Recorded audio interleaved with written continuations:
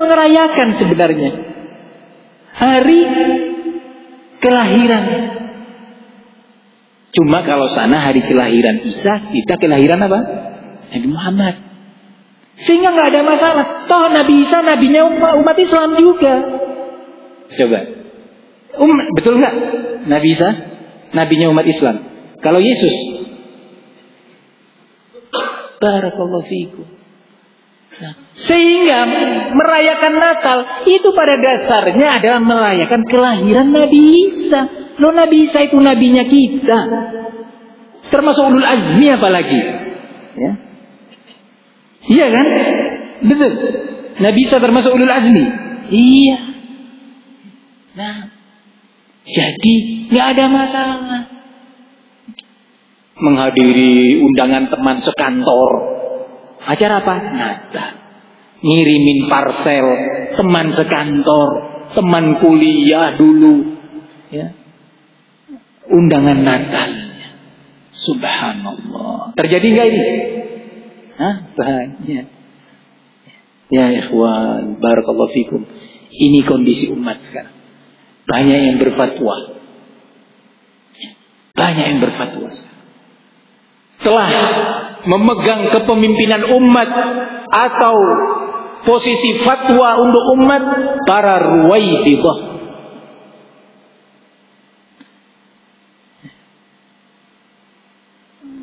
beberapa tahun yang silam, nggak boleh pemimpin wanita, haram.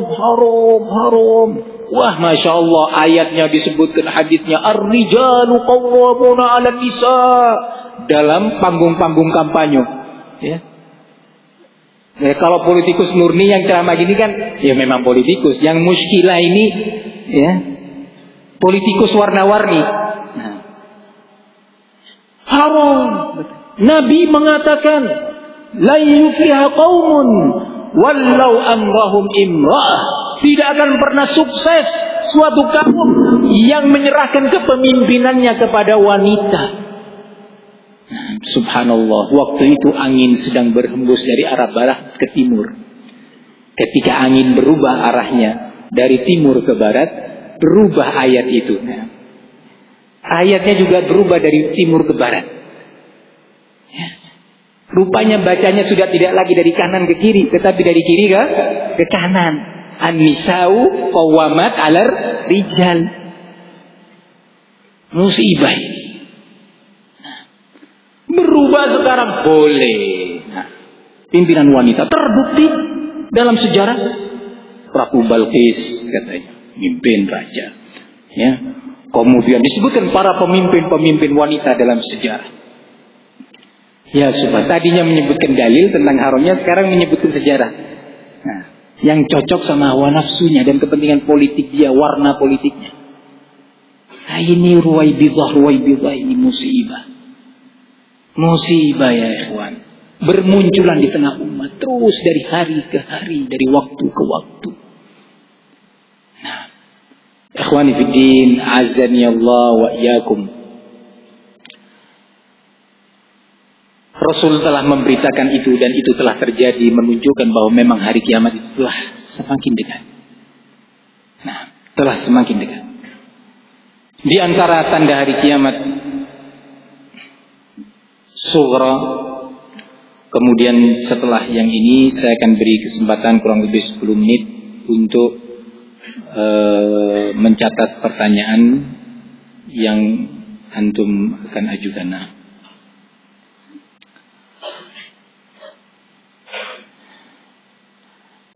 di antara tanda alamat kiamat yang sughra adalah dicabutnya ilmu. Ini karena masih terkait dengan yang tadi.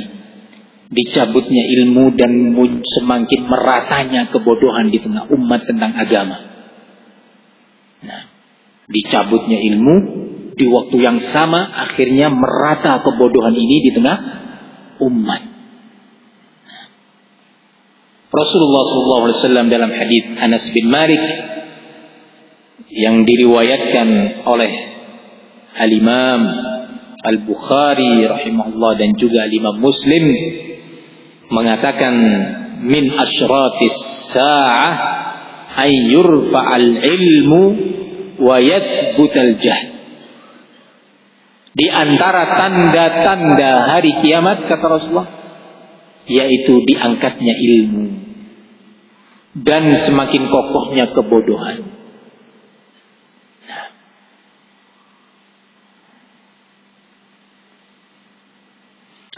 Dalam hadis, kalau tadi sahabat Anas bin Malik, dalam hadis sahabat Abu Hurairah radhiyallahu anhu dalam Sahih Muslim, Rasulullah berkata, yataqarabuz zaman wa yuqbadul ilmu wa tadhharul fitan.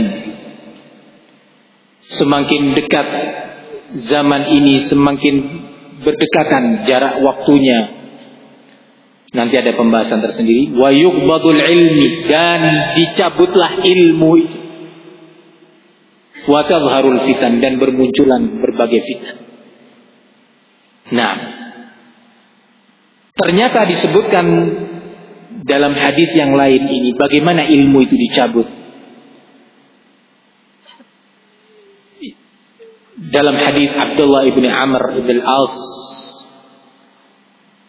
yang diriwayatkan oleh Imam Al-Bukhari rahimahullah, Rasulullah SAW berkata,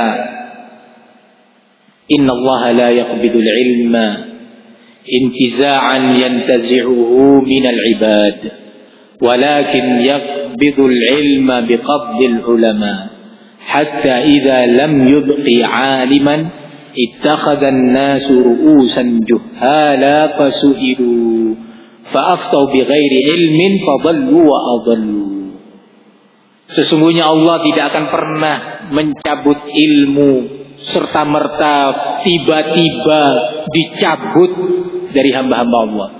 Tadinya pinter, tadinya berilmu, tiba-tiba jadi bodoh, gitu. Enggak demikian kata Nabi. Tetapi Allah mencabut ilmu dari umat manusia ini secara perlahan dengan diwafatkannya para ulama. Ulama sekarang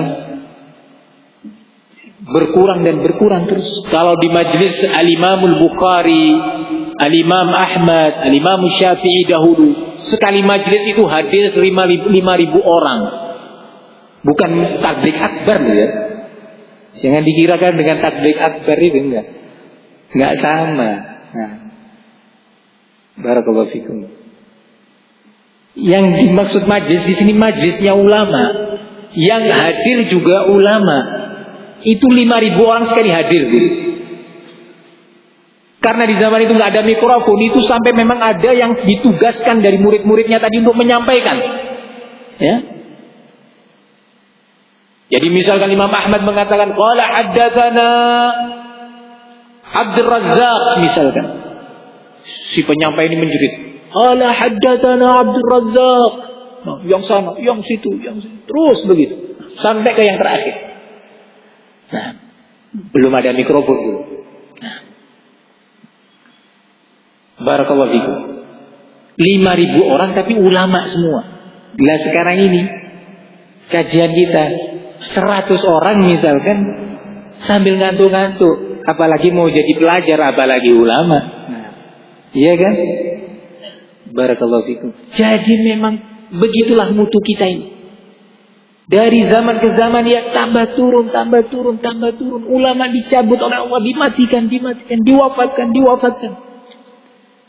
Nah, barakallahu fikum. Sehingga muncul sekarang ini cara pandang yang cukup pendek, nggak terlalu jauh.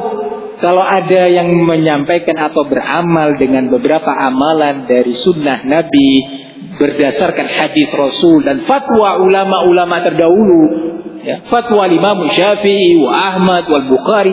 Ini orang-orang sekarang walaupun umurnya sudah 70 tahun, ini agama baru ini. Nggak pernah kita tahu di masyarakat kita, ustadz-ustadz kita, ayah-ayah kakek kita. Nggak ada yang seperti ini baru ini. Nah, ya, repot. Nah, jadi akhirnya terpaksa kita tunjukkan. Ini loh Pak, Al-Imam Bukhari menyampaikan ini. Sebelum saya bacakan hadisnya, tak lihat dulu Pak ya. Wafatnya tahun berapa Imam Bukhari ini? Biar tahu mana yang lebih dulu gitu. Yang baru ini Bukhari atau jenengan gitu. Coba Pak tak lihat dulu. Oh, Imam Bukhari meninggal dunia pada tahun 250 sekian Hijriah. Jadi Pak sudah hampir 1200 tahun yang lalu Pak. Kakeknya Bapak itu baru meninggal 60 tahun yang lalu. Kakeknya. Jadi yang baru ini yang mana? Nah ini. Ulama dicabut, kebodohan merata di tengah umat. Ah ini salah satu tanda-tanda hari kiamat kata Rasulullah. Sering kan untuk menghadapi yang seperti ini? Beramal. Kemarin dulu ada beberapa kawan. Sam datang Ustaz, saya ini kan ingin melaksanakan akikah anak saya. Lahir, saya ingin adakan akikah. Tiba-tiba ibu saya dan orang di kampung itu apa aja ini baru lagi akikah katanya. Dulu nggak ada akikah. Nah, ya, nggak ada akikah. Orang lahir kok di akikah disembelih. Yang disembelih itu bukan yang lahir. Nah, yang apa? Nah, barakallahu fikum. Ini ikhwan. Terus gimana Ustaz nasihat biasa? Katanya ini nggak ada Ustaz sejak dulu di zaman kakek ayah kita nggak ada gini. Ya memang nggak ada. Adanya di zaman Imam Syafi'i, Imam Ahmad, Imam Bukhari, Imam Tirmidzi, Ibnu Hajar Al-Asqalani, Nawawi, ya itu ada. Nah, ketika ulama itu sudah meninggal dunia, sudah wafat, muncul orang-orang jahil memimpin umat, ya, memimpin umat. Akhirnya menjadi asing. Walaupun antum sampaikan hadisnya, tetap asing. Nah, maka ya sabar dan yakini bahwa kiamat sudah dekat. Nah, barakallahu fikum. Ikhwani fiddin rahimani wa rahimakumullah. Dari waktu yang sudah saya sebutkan kurang lebih 10 menit, kita manfaatkan untuk menulis soal-soal. Tafadhalu. Nah, telah terkumpul di hadapan kita beberapa pertanyaan, antara lain, apa benar ada istilah kiamat kecil dan kiamat besar? Kalau istilah syar'i atau pembagian ulama tentang kiamat kecil dan kiamat besar, ana belum pernah tahu. Namun yang masyhur adalah alamat kiamat kecil dan alamat kiamat yang besar. Nah, seperti sudah kita dengarkan bersama. Kalau dengan bentuk ini, al-qiyamah al-kubra dengan al-qiyamah as-sughra, ana belum pernah tahu atau tidak ingat. Nah, ada yang ingat di antara antum pembagian dari ulama? Pertanyaan kedua, apakah berpakaian tapi telanjang juga termasuk tanda-tanda hari kiamat? Nah, itu mungkin akan disebutkan insyaallah. Termasuk dari tanda-tanda hari kiamat. Wanita-wanita yang berpakaian tetapi telanjang atau kasiyat ariyat, berpakaian tetapi tidak menutup auratnya dengan syarat-syarat syar'i. Nah, barakallahu fikum.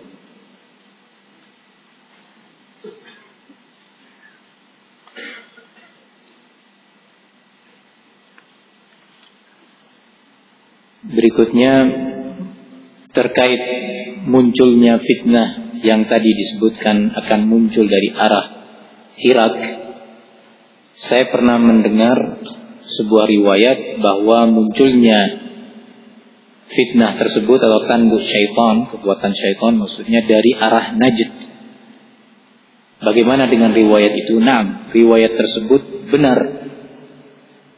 Disebutkan dalam riwayat lain bahwa qarnus syaitan, kekuatan syaitan itu akan muncul dalam fitnah dari arah Najd. Tapi Najd yang dimaksud adalah Najdul Iraq, Najd yang bagian daripada Irak. Nah, barakallahu fikum. Jadi demikian ditafsirkan dalam beberapa hadis lainnya.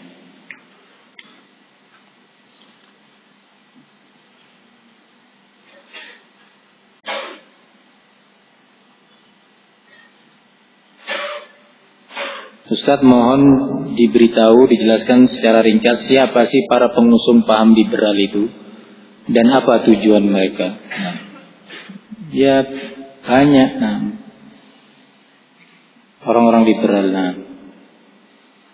Muskilahnya di kita ini kalau disebutkan itu masih ada pihak-pihak yang beragamanya itu masih diwarnai, didominasi oleh semangat asobiyah organisasi.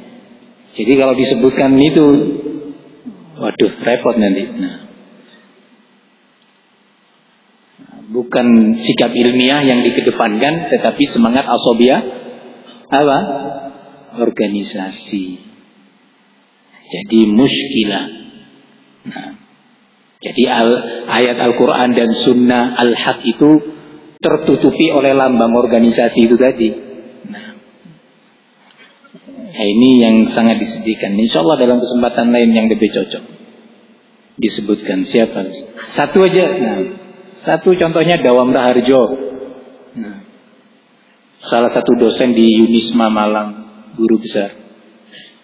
Pernah dengar ya namanya? Ya maaf yang satu organisasi dengannya.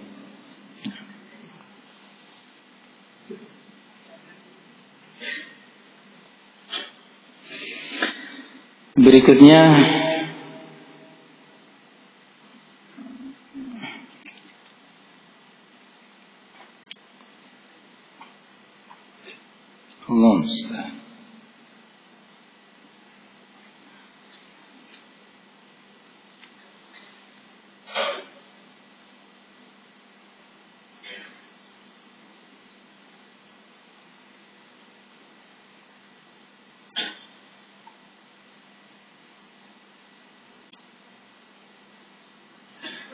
Ana pernah membaca salah satu riwayat, namun saya tidak tahu kesahihannya.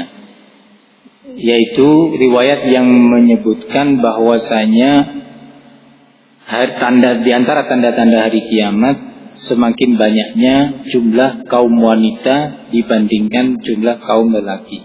Apakah ini benar? Nah, betul. Salah satu tanda hari kiamat, yakni semakin banyaknya jumlah kaum wanita, sebagaimana diberitakan oleh Rasul Sallallahu Alaihi Wasallam. Nah,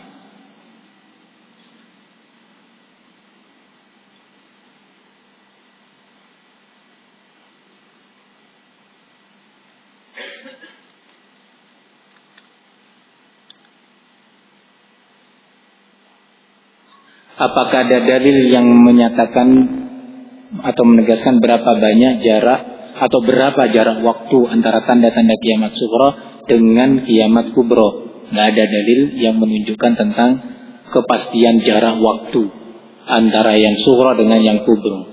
Karena yang sughra ini masih ada yang belum datang masih. Nah, jadi tidak ada dalil yang menyebutkan secara pasti.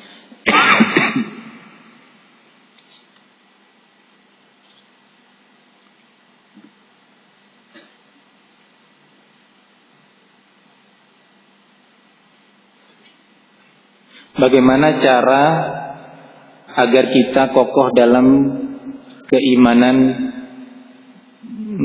terhadap hari kiamat? Ya belajar, thalabul ilmi, mengenal ayat-ayat Al-Quran dan hadis-hadis Rasul. Salah satunya adalah kegiatan seperti ini. Salah satunya. Kemudian antum bisa tambah dengan yang lainnya. Kemudian yang kedua, banyak berdoa kepada Allah meminta kekokohan iman.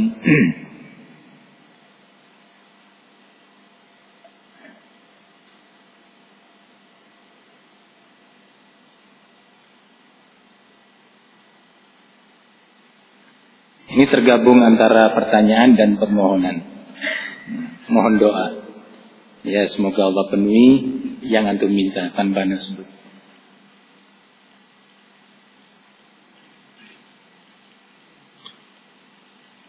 Nah,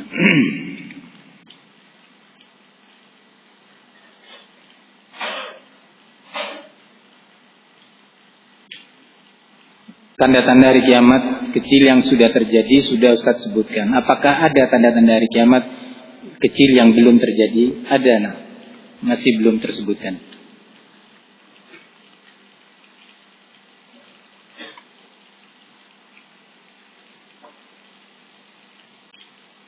Apakah dengan menyebarkan dakwah dengan harapan menyebarkan ilmu untuk menghilangkan kebodohan akan bisa atau dapat mengulur datangnya kiamat? Tidak bisa.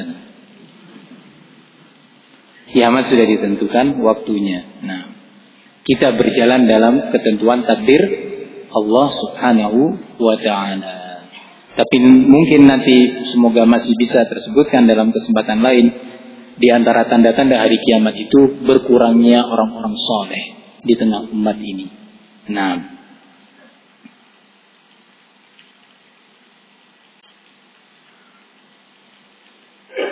yang juga penting diingatkan, dalam beberapa artikel atau majalah-majalah yang beredar, ya, sering kita mendengar ungkapan bahwa hal ini akan terjadi sebagaimana diramalkan oleh Rasulullah. Dalam ramalan Rasulullah disebutkan, musibah. Rasulullah itu bukan tukang ramal, ya. Jadi bahasanya itu yang tepat, ya. Barakallahu fikum. Tetapi terkait dengan Rasul sebagaimana diberitakan oleh Nabi dalam hadisnya, karena Rasulullah itu menerimanya dari Allah Subhanahu wa ta'ala, bukan hasil terkaan Rasul. Nah,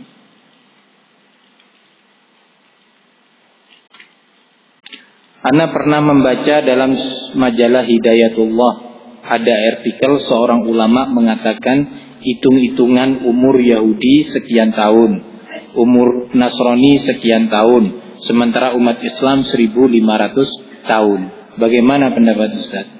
Maksudnya yang masih tersisa 1500 tahun atau total umur umat Islam 1500 tahun? Berarti lah tinggal sedikit ini. Nah, sekarang sudah 1434 Hijriah kalau dihitung dari hijrahnya Rasul. Kalau terhitung dari awal diutusnya Rasul berarti sudah 1444. Nah, barakallahu fikum. Berarti kan sisa 6 tahun lagi. Nah, umurnya umat ini. Ini semua dusta. Dusta, nggak paham itu maksudnya ditampilkan dalam bentuk pengingkaran di majalah itu atau ditampilkan dalam bentuk pembenaran atau mungkin dibiarkan tanpa dijelaskan. Wallahu a'lam. Apakah termasuk tanda kiamat munculnya bidu wanita, para penyanyi wanita? Naam, termasuk tanda-tanda hari kiamat. Disebutkan oleh Rasul sallallahu alaihi wasallam. Naam, yakni secara umum wanita yang kasiat ariyat. Naam.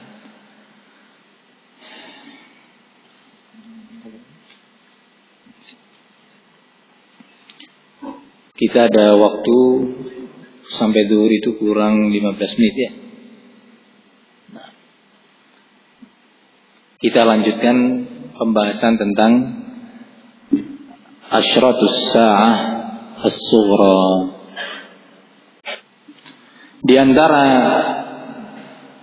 asyratus sa'ah as-sughra, tanda-tanda kiamat kecil, ya. Yang kecil itu tanda-tandanya, bukan kiamatnya, adalah berlomba-lomba menghias, saling berbangga dengan bangunan masjid dan hiasannya. Nah,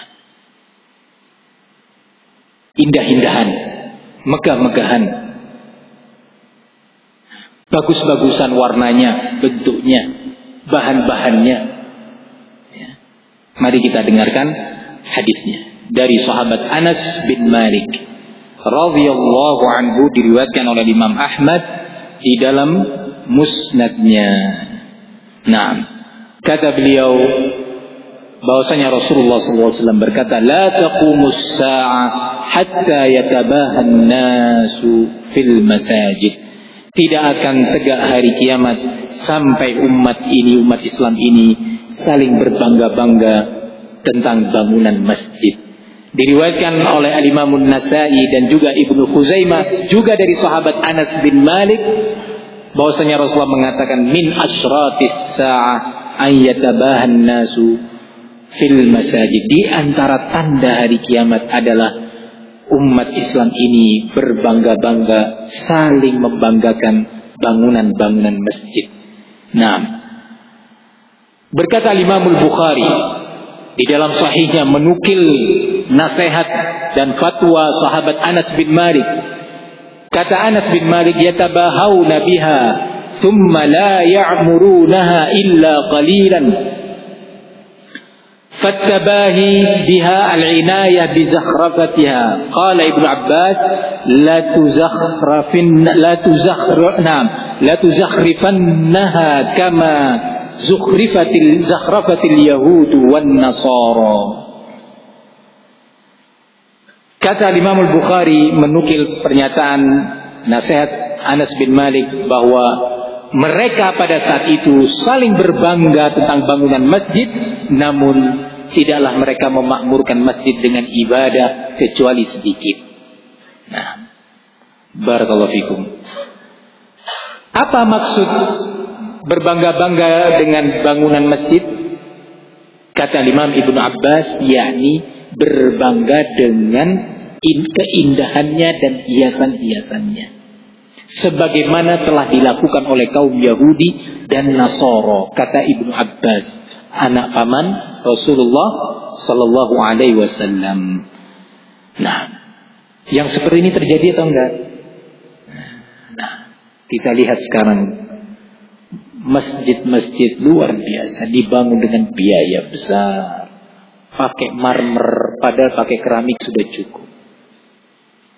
Tidak cukup lantainya yang di marmer, temboknya di marmer lagi. Ya. Enggak cukup. Ya. Barakallahu fikum, dengan lampu penerangan yang seperti ini, bahkan diberi lampu hias yang besar itu. Ya. Ada enggak masjid-masjid gitu? Lampunya besar di tengah itu. Nah, anak hanya mikir ini lek jatuh, nah, rontok luar biasa itu. Ya, ikhwan. Sehingga umat karena ketidakmengertiannya, yang ini wakaf, ingin memberi sedekah ke masjid dalam bentuk wakaf. Apa wakafnya? Lampu hias yang besar. Subhanallah. Padahal kalau wakaf Al-Quran lebih bermanfaat baginya. Wakaf mushaf Al-Quran lebih bermanfaat. Wakaf karpet yang memang dibutuhkan oleh masjid lebih bermanfaat. Lalu itu dalam rangka untuk menghias masjid. Logikanya apa? Lah masa masjid kita kalah sama rumah kita? Ya. Logikanya nih. Kok nggak pakai dalil? Nah, siapa yang mengatakan, dalil mana yang mengatakan, ayat dan hadis yang mana yang mengatakan bahwa masjid kita nggak boleh kalah dengan rumah kita? Nah, la haula wala quwwata illa billah. Ya ikhwan, warnanya juga macam-macam warnanya. Ya, diukir dengan ukiran-ukiran. Ya, ada yang khas Jawa, ada yang khas Sumatera, ada yang khas Madura, ada yang khas Cina. Ya, ada enggak masjid Chengho? Nah, bangunannya itu bangunan Cina. Ya, barakallahu fikum. Maaf saja ya, maaf saja. Kalau dilihat sejenak dari jauh itu nggak ada bedanya dengan apa? Kelenteng. Warnanya, warna-warni. Mari kita dengarkan fatwa dan nasihat sahabat Umar ibn Khattab radhiyallahu anhu yang diriwayatkan oleh Imam Al-Bukhari rahimahullahu taala.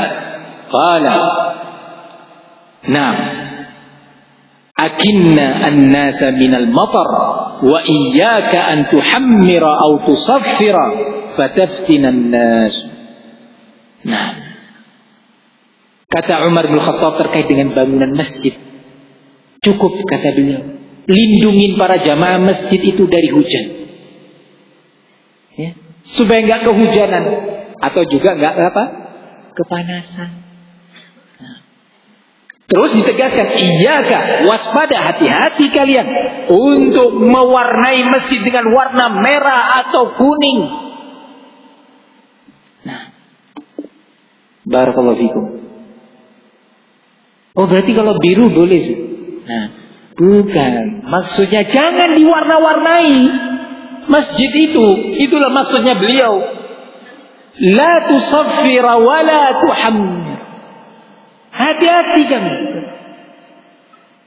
Ya memang butuh khalifah kayak Umar memang ya. Jadi rata semua, yang macam-macam rata. Nah, tahu rata nah? Ya. Yang model-model Dawam Raharjo tadi, ya rata, betul-betul rata, yang menyatakan Muhammadiyah atau keliru.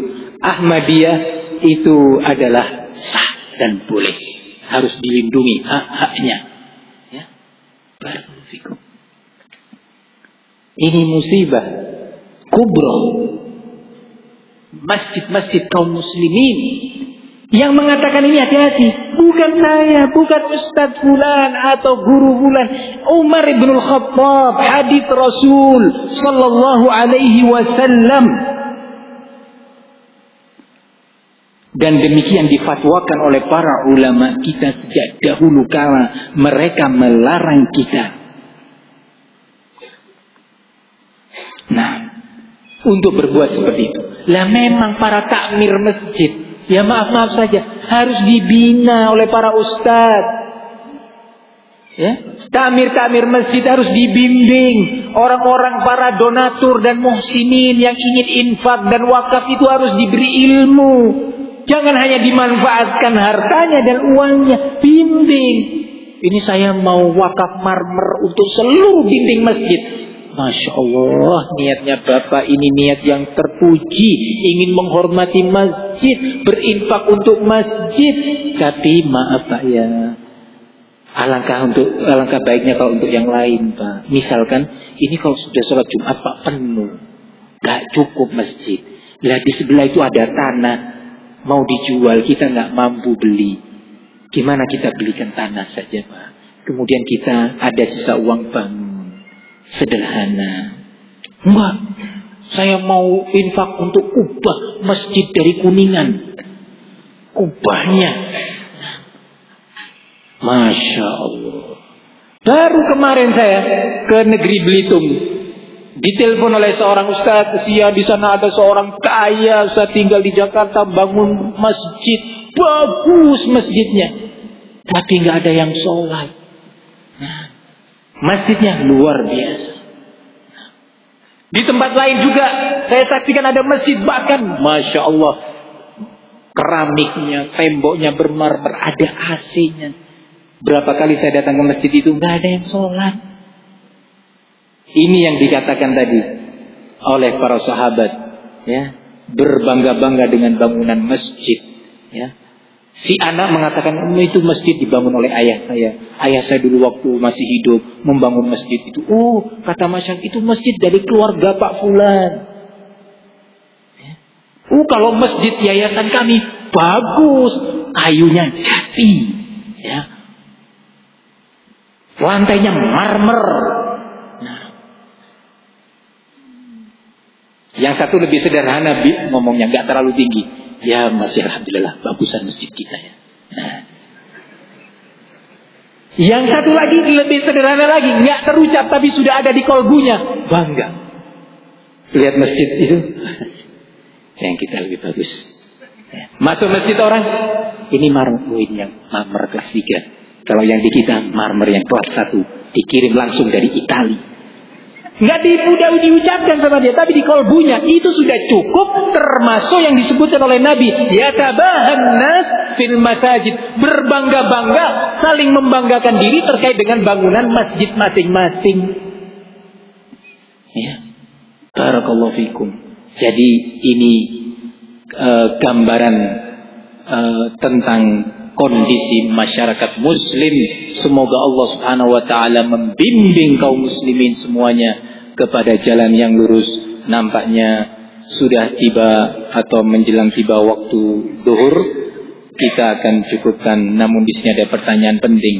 Nah, sebagian pihak berhujjah dalam menghias masjid dengan adanya Masjidil Haram. Nah, ya, yang diperindah ya, dengan macam-macam. Sudah pernah ke Masjidil Haram? Belum kan? Nah, kalau sudah kelihatan, monggo ditiru seperti itu. Ya, tiangnya mamernya kemunya begini sampai. Tidak tahu gimana motongnya itu. Nah, ya, luar biasa. Nah. Ya, barakallahu fikum. Luar biasa sudahlah. Nah, kalau mau niru itu monggo. Ya, tiru, jangan nanggung-nanggung. Nah, biar seluruh rumahnya dijual nggak bisa bangun seperti itu. Nah, ya. Antum pernah lihat kalau orang yang ahli marmer masuk Masjidil Haram lihat, wih, luar biasa ini, luar biasa. Ini nggak sembarangan marmernya, jenisnya dan bentuknya. Nah, ya, barakallahu fikum. Alhamdulillah, umat Islam itu dibimbing dengan dalil Al-Quran dan Sunnah. Ikutnya Al-Quran dan Sunnah. Nggak ikut tokoh tertentu, ustadz tertentu, kiai tertentu, negara tertentu. Nah itu gimana di Saudi? Ya sudah, itu urusan pemerintahan. Ya, pemerintahan Saudi sendiri dikritikin sana sini kalau nggak bisa memelihara Masjidil Haram. Ya, sampai ada tuntutan sekarang internasionalisasi pengurusan Masjidil Haram, Al-Haramain Mekah dan Madinah. Lah mau jadi apa? Termasuk negeri kita, sebagian tokoh-tokoh itu tadi, kemudian Iran, ya, dan beberapa negara yang lain. Tolong itu harus diinternasionalisasikan pengurusannya. Jadi macam-macam nanti di Masjidil Haram itu, ya, yang akan terjadi. Nah, antum bisa bayangkan apa yang akan terjadi nanti. Lawang maaf saja, ngurus masjid kecil aja kita banyak yang nggak mampu, ya kan?